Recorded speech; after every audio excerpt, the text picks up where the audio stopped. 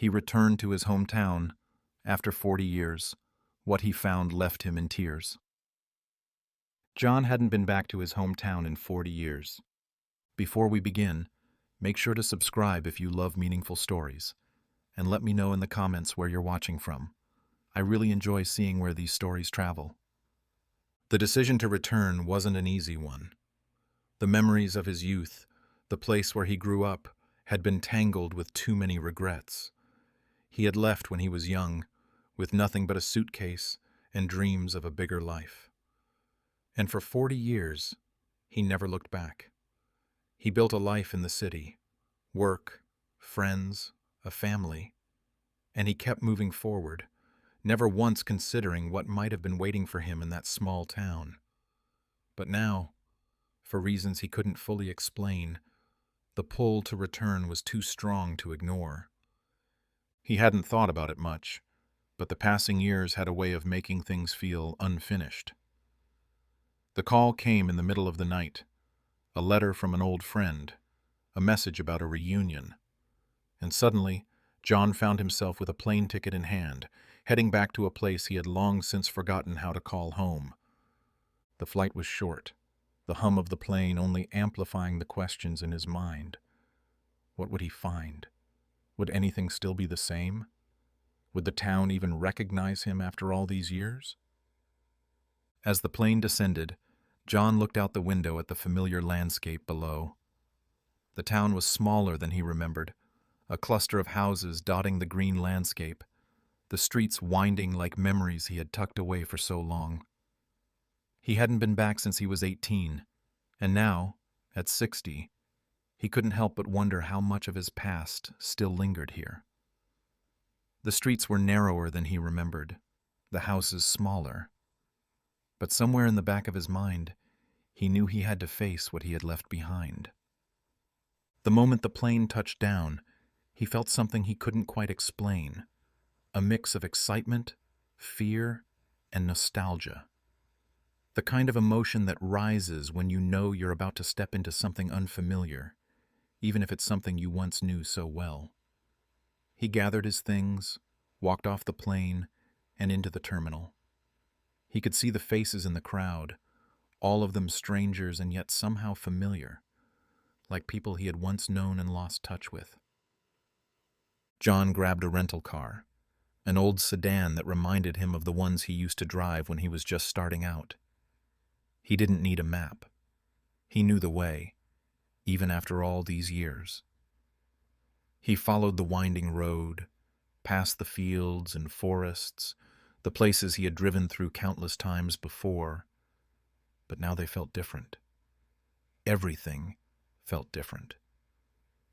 It was as if he was seeing the world through new eyes, eyes that had forgotten the beauty in small things, the simplicity of the place he had once called home. As he turned onto the main street of his hometown, John was struck by the quiet.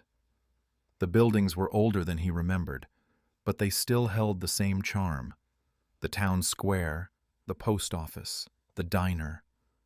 Places that had once been so familiar now seemed distant, almost foreign.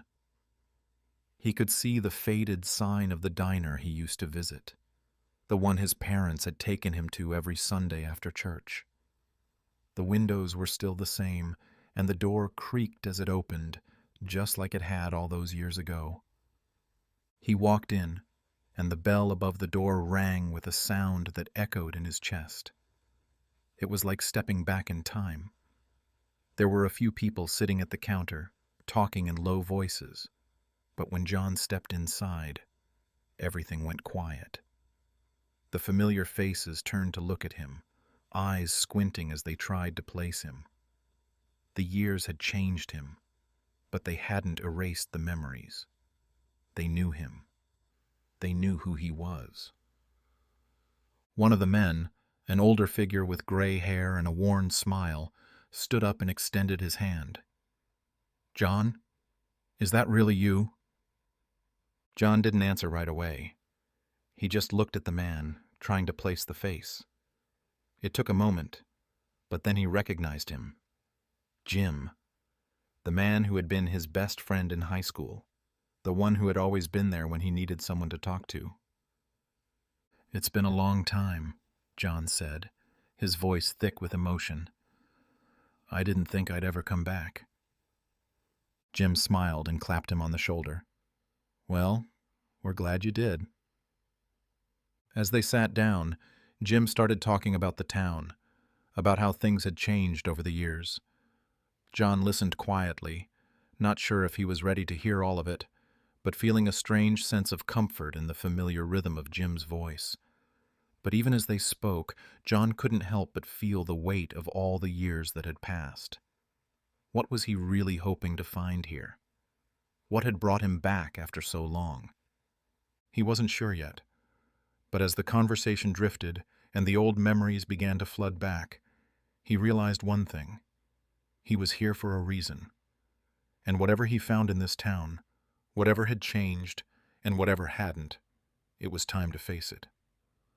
Before he left, Jim handed him an old newspaper clipping.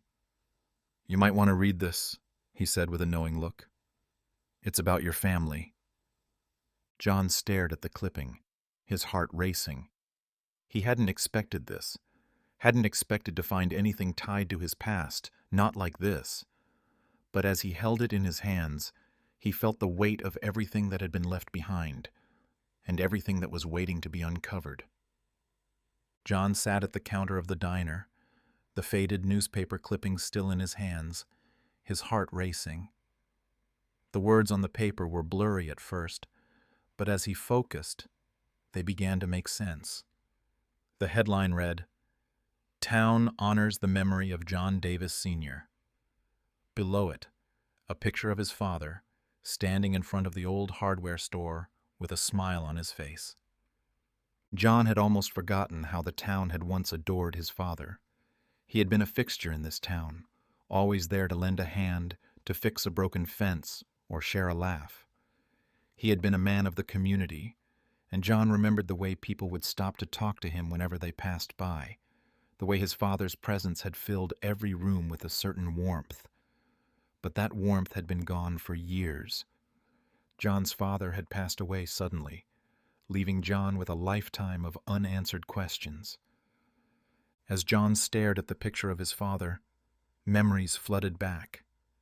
Memories of a time when his life had been simple, when he had walked these same streets with his father by his side, before he'd left for the city, before he had made a life far away from everything he had once known. The man in the picture seemed so far removed from the man John had become. "Thought you'd want to see that," Jim said, breaking John's thoughts. "We've been keeping it up for you, even after all these years." John didn't know what to say. He hadn't expected this, hadn't expected to find anything like this waiting for him. The town had changed, sure, but there were still pieces of the past here, pieces of his father's legacy, and he had never realized how much they meant to the people who still lived here. He hadn't come back for this, but now that he was seeing it, it felt like something he couldn't ignore. "They always thought the world of him," Jim continued, his voice quieter now. "Your dad was the kind of man who never asked for anything. He just gave." John nodded, his throat tight. "Yeah, I remember that." He hadn't come back for this. He had come back because he wanted to see the town again, to face the memories of his youth. But seeing the tribute to his father, seeing how much he had meant to these people, was stirring up something he didn't expect. He had spent so many years running from his past, avoiding the town and the life he had left behind. But now, here he was, standing in a place that remembered him, that remembered his family. It felt like a punch to the gut. Jim cleared his throat. "You planning on staying for the reunion? People are looking forward to seeing you." John glanced at the door, the faces in the diner still watching him with curiosity. He hadn't come back for the reunion. "I don't know," John said slowly. "I didn't really plan on staying long." "Long enough to catch up with some old faces?" Jim asked. The door of the diner opened, and another familiar face stepped in. It was an older woman, her hair gray, but her smile as warm as it had ever been. It was Mrs. Hill, the woman who had taught him how to bake apple pies when he was just a boy. "John," she said, her voice full of surprise and warmth, "is it really you?" John stood up, feeling a lump form in his throat. He hadn't expected to see her. He hadn't expected anyone to recognize him at all. But here she was, her face as kind as ever, her eyes filled with memories of a time when he had been part of this community. "It's me, Mrs. Hill," John said, his voice thick. "It's been a long time." She stepped forward and pulled him into a tight hug, surprising him with her strength. "Well, I'll be. Look at you. It's been too long, John. Too long." He didn't know what to say. He had missed this, the feeling of being seen, of being known, but he had been running from it for so long. Now, here it was, waiting for him, just like the town he had once left behind. As they pulled apart, Mrs. Hill looked at him with a smile. "You should stay for the reunion, John. You owe it to yourself." As he looked at Mrs. Hill's face, so full of kindness and history, he realized maybe it wasn't too late to come back. "I'll stay," he said finally. "For a little while, at least." And for the first time in years, he felt like he might be ready to face the town, his past, and everything he had run from all this time. John stood outside the diner, his hands in his pockets, staring at the weathered building. It hadn't changed much since he'd left. The windows were the same, though the paint was a little more chipped, the sign hanging slightly crooked. Inside, he could hear the hum of conversation, the clink of silverware against plates. People were gathered for breakfast, just like they had been all those years ago. The familiar smells of coffee and sizzling bacon drifted through the door, making his stomach turn. He hadn't expected to feel this way. It had been 40 years since he left, and yet, coming back made him feel like he never really left. The town was small, the faces were older, but still, the place held the same weight it always had. It wasn't just the town, though. It was the memories, the ones that had never really gone away. His mind wandered back to those early mornings when he and his dad would come in for coffee, or when he and his friends would sit at the counter, laughing about the stupidest things. It was strange how everything felt like it was frozen in time, even though it had clearly moved on without him. Taking a deep breath, John pushed open the door and stepped inside. The bell above the door jingled, and for a moment, the chatter stopped. Heads turned toward him. The faces were older, some unfamiliar, some just altered by time. But there was no mistaking it. He was back in the place where it all started. A wave of uncertainty washed over him, but he forced himself to keep walking, heading toward the counter. The woman behind the counter, a familiar face though a little more wrinkled than before, smiled as she wiped her hands on her apron. "Well, look who's back," she said, her voice soft with surprise. "John Davis. I never thought I'd see the day." John smiled back, though it felt more like a reflex than anything else. "It's been a while, hasn't it, Joan?" She nodded, taking a moment to study him. "You're looking good, John. Still the same guy, though." John chuckled, though it didn't quite reach his eyes. "I don't know about that." As he sat down on the stool at the counter, he glanced around, taking in the familiar setting. It was like stepping back in time, the old jukebox in the corner, the same yellowed menu hanging above the counter. Even the cracked booth in the corner where he used to sit with his friends. It all felt so familiar, so comfortable. But at the same time, it felt like he was looking at it through someone else's eyes. Joan poured him a cup of coffee and set it in front of him. "So, what brings you back after all these years?" she asked, her voice soft, but with a hint of curiosity. "I don't know," he said honestly. "I guess I needed to see it again. See what I left behind." Joan raised an eyebrow, but she didn't press him. "Well, you picked a good time. Everyone's been talking about you. The reunion's coming up. People are curious." "I wasn't planning on staying long," he said, glancing at Joan. "I didn't think anyone would even remember me." Joan gave him a knowing smile. "People remember more than you think, John. Especially the ones who were here when you were. This town doesn't forget. It may seem like it moves on, but it keeps the people who were a part of it. They're still here, in a way." Her words lingered in the air as John took another sip of coffee, feeling a lump form in his throat.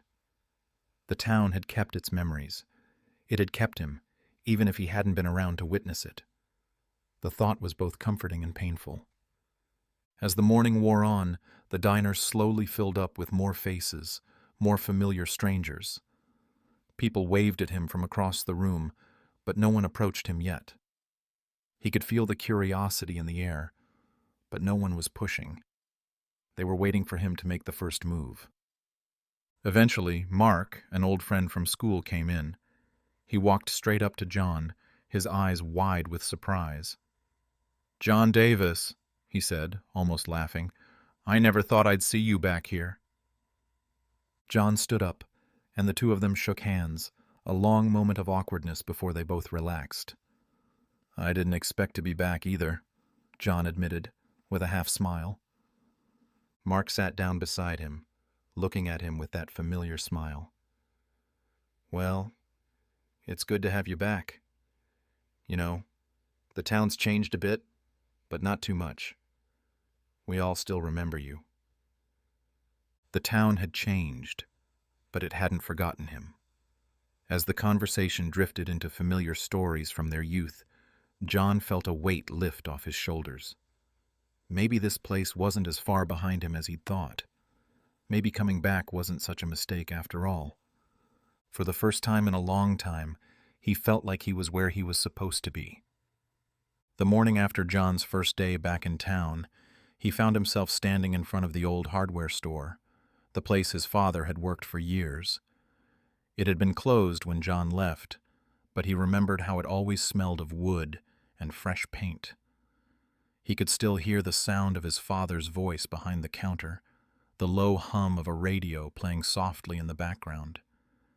It was the kind of place where people didn't just come for supplies.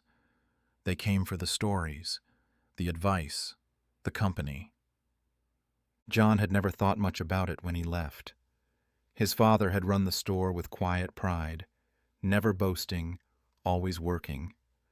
But after his father's sudden death, the store had been sold off, and John had left town to escape the pain of loss. He walked inside. The store was empty now, the shelves lined with tools and hardware that seemed out of place in a building that had once been full of life. There was a faint dust in the air, a sign that no one had really cared to keep up the place. John ran his hand across the counter, brushing away the dust, and for a moment, he could almost hear his father's voice again. It was like the air itself carried the memory of him, of the man who had raised him, taught him how to work with his hands, how to fix things when they broke, how to stand up when life knocked you down. Some of the familiar tools were still there, and John wondered if his father would have thought less of him for not coming back to carry on the legacy. He stepped outside. As he walked down the street, his eyes caught sight of the old church, the one he had attended with his parents every Sunday morning. The tall spire, the bell that rang every hour, the pews where he had sat with his mother beside him. He had once dreamed of leaving this place, but now all he wanted was to turn back time, to fix the things he had left undone, to ask his parents the questions he hadn't asked, to say the things he hadn't said. He walked toward the church. It's older yet still familiar. He sat inside for a long while. Finally, he stood up, a sense of calm washing over him. He just needed to accept it all for what it was, to let go of the regret and the pain. As he stepped outside, John took a deep breath, feeling the weight of the years lift from his shoulders. It wasn't perfect, but it was real. And maybe that was enough. John woke the next morning to the sound of birds chirping outside his window. He got dressed slowly. The reunion was only a few days away, but he wasn't sure he was ready to face everyone after all this time. After breakfast, he walked out of the house and down the street. The town had a familiar feeling, but there were small things that had changed. A few new stores had opened, some buildings had been painted over, and some familiar landmarks were no longer there. It wasn't just the town that had shifted. It was him, too. Time had moved on for both. John's feet took him back to the diner. The familiar faces turned to look at him, some with hesitation, others with warm smiles. It felt like everyone had been waiting for him, unsure whether to approach or not. John wasn't sure if he was ready for the attention, but he nodded at the man behind the counter and took a seat. "Back for more coffee, John?" Joan asked. John smiled, though it was faint. "Yeah, I guess so." "It's good to see you again," Joan said, wiping her hands on her apron. "I don't know if you've heard, but there's a big reunion planned for this weekend. People are looking forward to it, you know." John nodded. "I'm sure they are." Joan paused for a moment. "You know, John, people talk a lot about what's happened in the past, about what we've lost. But I think what you might find is that not much has changed as much as you think." She was right, he realized. "I don't know if I'm ready for all that," John admitted, his voice quieter now. Joan gave him a knowing look. "It's not about being ready, John. It's about coming back and seeing it for what it is. Not the past, not the things that have been lost, but the present. What you're a part of now. You don't have to fix anything, but you can take the time to remember, to feel what's still here." He had thought he could come back and find answers, but maybe the real answer wasn't in changing anything. Maybe it was in just accepting things the way they were. "Thanks, Joan," he said quietly. He didn't need to change the past, but maybe it was time to make peace with it. As he left the diner, John felt a sense of clarity he hadn't expected. The afternoon light filtered through the trees as John walked slowly through the cemetery. It had been a long time since he'd been here. And now, standing among the graves of his parents, he felt like he was finally where he was supposed to be. The cemetery was quiet, the only sounds the rustling of leaves and the distant chirping of birds. John's boots crunched softly on the gravel path as he made his way to the far corner, where his parents' graves rested side by side. The stone markers were worn, their inscriptions faded by time, but they were still standing there waiting for him. He stopped in front of their graves, looking down at the simple stones. His mother's name was first, followed by his father's, both of them etched into the stone.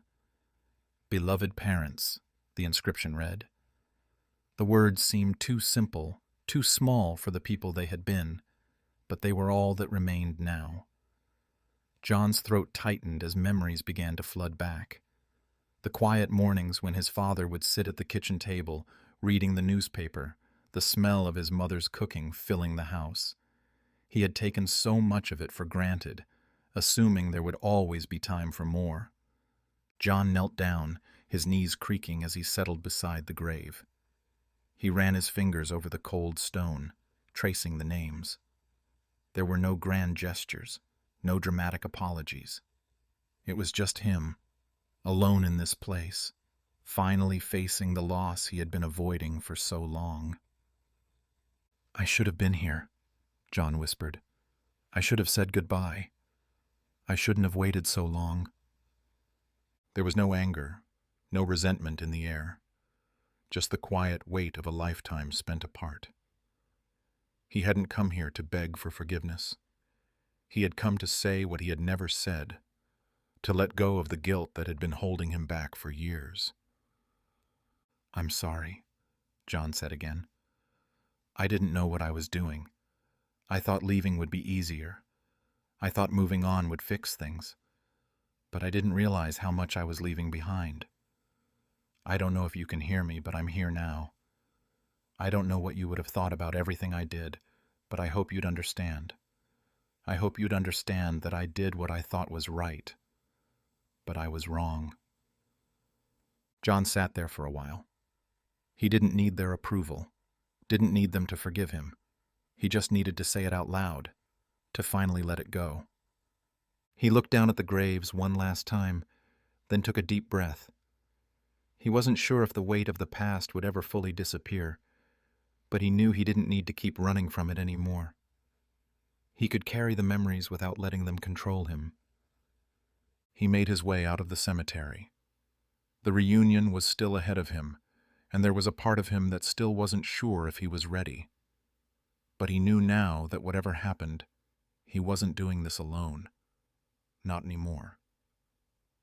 As he walked back into town, he could feel the pull of the past fading. He wasn't the same man who had left all those years ago, but for the first time, he felt like he was finally coming back to the person he had always been.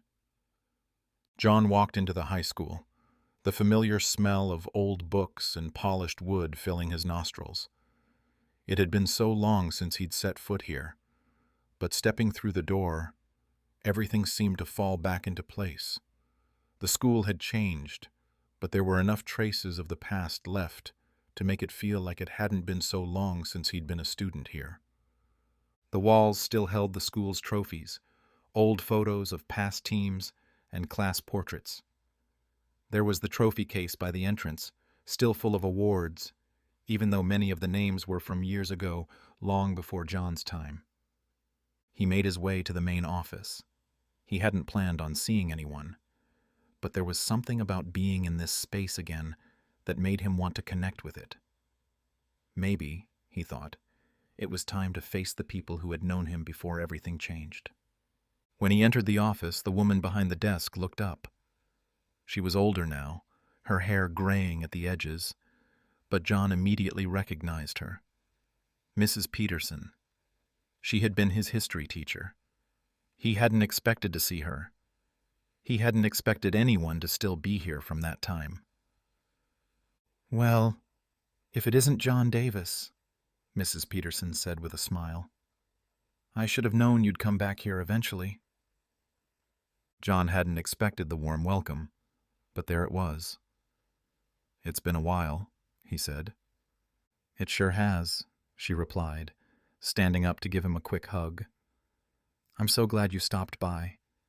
You know, I've been wondering what happened to you all these years. I always thought you'd come back to visit." John felt a lump form in his throat. "I didn't think I would," he admitted, his voice soft. "But something pulled me back here. I guess I needed to see it all again." She nodded, her expression turning a little more serious. "Sometimes you just need to come home. I think that's why most of us end up back here, in one way or another. But I'm glad you did." They stood there for a few moments. Mrs. Peterson gestured for him to sit down. "Let me make you a cup of coffee," she said. "We've got a lot to catch up on, John. I can't believe you're actually here." John sat down, unsure of what to say next. The truth was, he hadn't expected to feel so emotional. Coming back to this place, seeing Mrs. Peterson again, had stirred up feelings he had long buried. "So, what brings you back to town?" Mrs. Peterson asked. "I mean, it's been so long. I know it's not the reunion this weekend. So what's brought you here?" John paused. "I think I needed closure," he said quietly. "I've spent so many years running away from this place, from the past. But coming back, I think I needed to finally face it. to see it for what it really was, not just what I thought it was. Mrs. Peterson gave him a knowing look. Sometimes it's not about fixing what we left behind. Sometimes it's just about understanding it better, making peace with it. John looked up at her, surprised by how well she understood. She had always been someone who saw the bigger picture, and now, looking at her, John realized that the things she had taught him so many years ago were still with him. "Maybe that's what I've needed all along," he said softly. "To understand it. To understand why I left, why I ran, and what it all means now." Mrs. Peterson smiled gently. "I think you've already started to understand, John, and that's the hardest part." As they talked, John found himself feeling more at ease than he had in days. By the time he left the office, the weight of the past didn't feel so heavy anymore.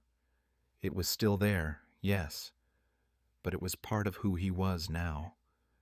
It had shaped him, but it no longer defined him. And maybe, just maybe, he was ready to let the past go.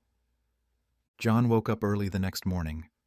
The reunion was only a few hours away, but he felt no rush to get ready. He hadn't expected to feel so nervous. He sat at the kitchen table with a cup of coffee, staring out the window at the quiet streets of the town. It wasn't the same as when he was younger, but it wasn't completely different either. There were more cars, more people coming and going, but the town still held on to its small town charm. It was familiar and strange at the same time. He wondered what the reunion would be like. He hadn't stayed in touch with anyone since he left. He didn't want to go. He wasn't sure if he was ready to confront all the old faces, the people who had been a part of his life, but who now felt like strangers. But as he walked toward the door, he knew there was no turning back. He had come this far. The drive to the community center was short, just a few minutes, but it felt longer. He parked in the lot and walked inside, the sound of laughter and conversation spilling out into the hallway. The moment he entered the main room, a hush fell over the crowd. It wasn't as if everyone stopped talking, but there was a sudden awareness, like people were waiting for something to happen. John scanned the room, looking for familiar faces, but there were too many new ones, too many people he didn't recognize. But then he saw them, a group of old friends, sitting together near the back of the room. Mark was there, his face older but still the same in the way he smiled. And there was Sarah, the girl who had been his first love, her hair now streaked with gray, but her eyes still holding that spark of mischief. And next to her was Tom, laughing as he always had, as if time hadn't passed. They all looked at him, and for a moment, John felt like he was back in high school, like nothing had changed. But he knew better. He wasn't the same person, and neither were they. Mark was the first to stand up, a broad smile crossing his face. "John," he said, his voice full of surprise, "I didn't think you'd actually show up." John smiled, a little awkwardly. "Yeah, well, I figured it was time." They hugged, and the weight that had settled in John's chest seemed to lighten a little. Sarah and Tom followed, both giving him warm hugs. "It's good to see you," Sarah said softly, her voice almost catching in her throat. John didn't know what to say. The words were stuck in his throat, tangled in the mess of his emotions. All he could do was smile and nod, trying to take in the sight of these familiar faces. They hadn't changed much, and yet they had. For a while the conversation felt easy, the way it always had, as if the years between them hadn't mattered. They talked about their families, the things that had happened since high school, the things they had lost. But underneath it all, John couldn't shake the feeling that they were all still measuring the distance between who they had been and who they were now. It wasn't until later in the evening, after the speeches had ended and the music had started, that John found a quiet moment to himself. He slipped outside onto the back porch, leaning against the railing and looking out at the town. The stars were just starting to appear, the night air cool against his skin. He heard footsteps behind him and turned to find Mark, who had followed him outside. "Hey," Mark said, his voice low. "You okay?" John nodded, though he wasn't sure if he was lying. "Yeah, just taking it all in." Mark didn't say anything for a moment, just stood there, looking at the town. "I think we all feel like that, John. It's like we're trying to figure out who we are now, after all this time." John smiled faintly. "I guess we're all just trying to figure out where we fit." "Yeah," Mark said, finally turning to look at him. "But maybe we already fit here.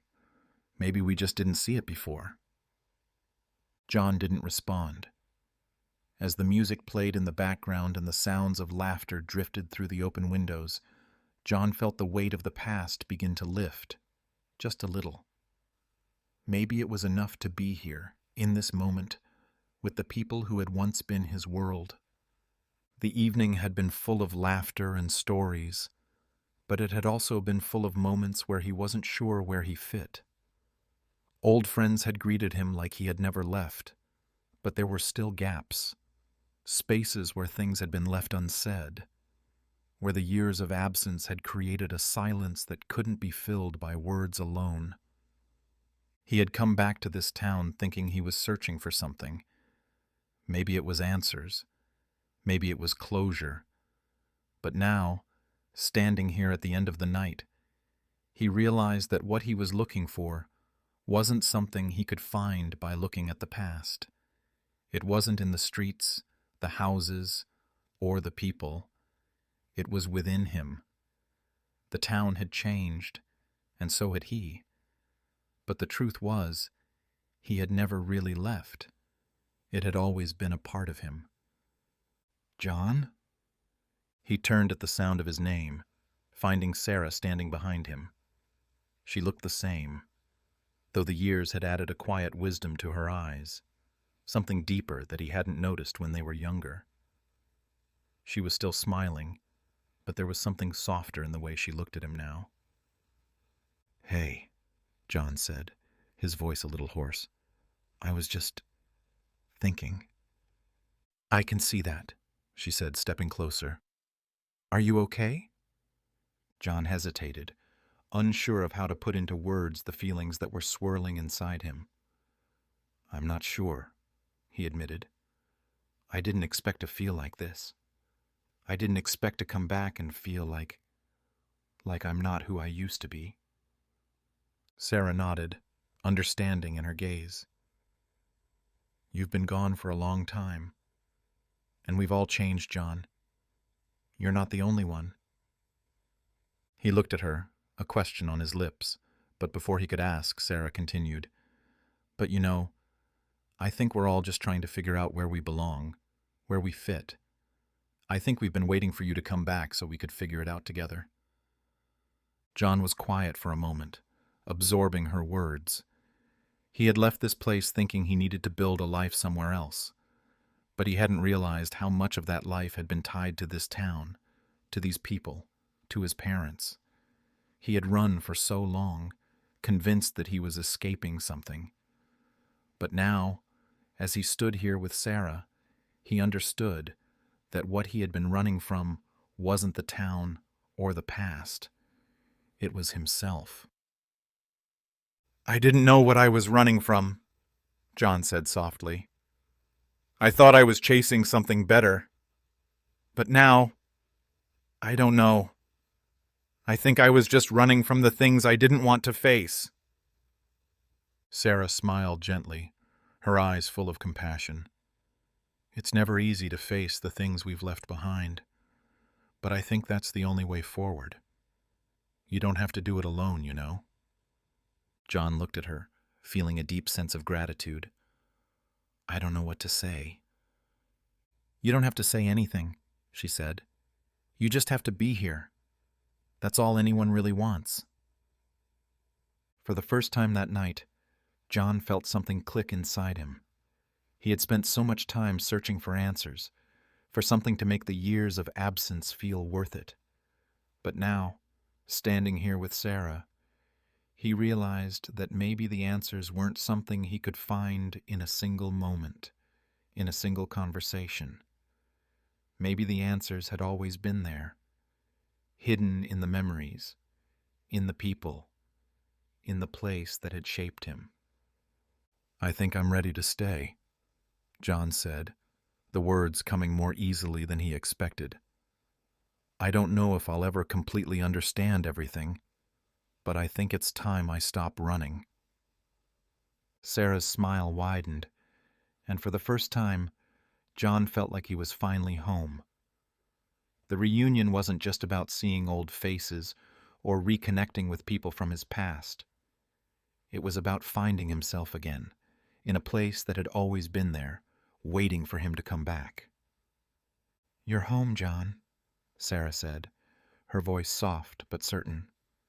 "You've always been." John stood there for a moment, looking out at the town, feeling the weight of the past settle into a quiet peace. He wasn't sure what the future held, but for the first time in a long time, he wasn't afraid of it. He had found his way back, not just to the town, but to himself. As the night stretched on and the laughter of old friends filled the air, John felt a sense of belonging that had eluded him for so many years. Maybe it wasn't about fixing everything or finding the perfect answer. Maybe it was just about showing up, being present, and accepting that the past, the present, and the future all had their place in his story. And for the first time, he was ready to embrace it.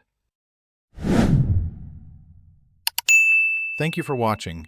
If you enjoy meaningful stories like this, we'd love to have you as a subscriber.